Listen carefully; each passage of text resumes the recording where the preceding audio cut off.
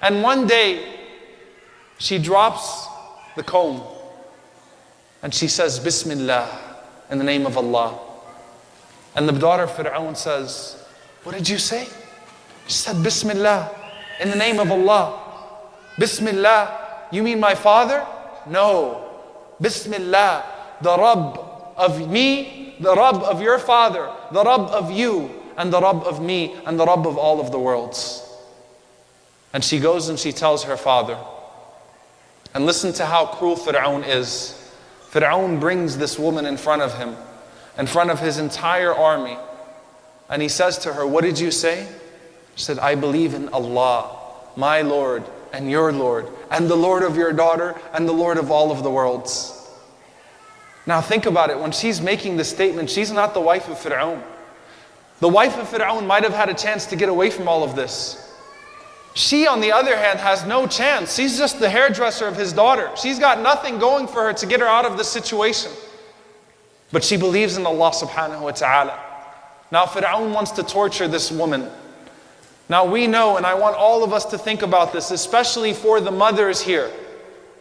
You would rather die than seeing your children die. And Fir'aun knows how to torture this woman. He's not just going to kill her. Fir'aun orders the army, his army, to go to her home and bring her children in front of her.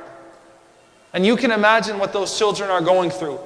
Whenever the army of Fir'aun reaches the house, they're thinking it's mom coming home to bring them the food for the night, to spend the night with them.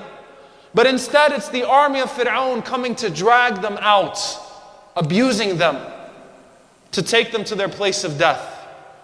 And you know what that's like for a mother. All of her children are dragged in front of her. And they're calling out to her, calling out her name, asking for help, and she can't do anything about it. Will you go back on your faith now? Absolutely not. And Fir'aun orders for each and every single one of her children to be burned and massacred right in front of her own two eyes. Think about that. All of us with children. She still didn't commit kufr. And when it came time for her, she made one request. She said to Fir'aun, لَقَدْ حُرِمْتَ, I was forbidden in this world from the suhbah of my family, from the companionship of my family.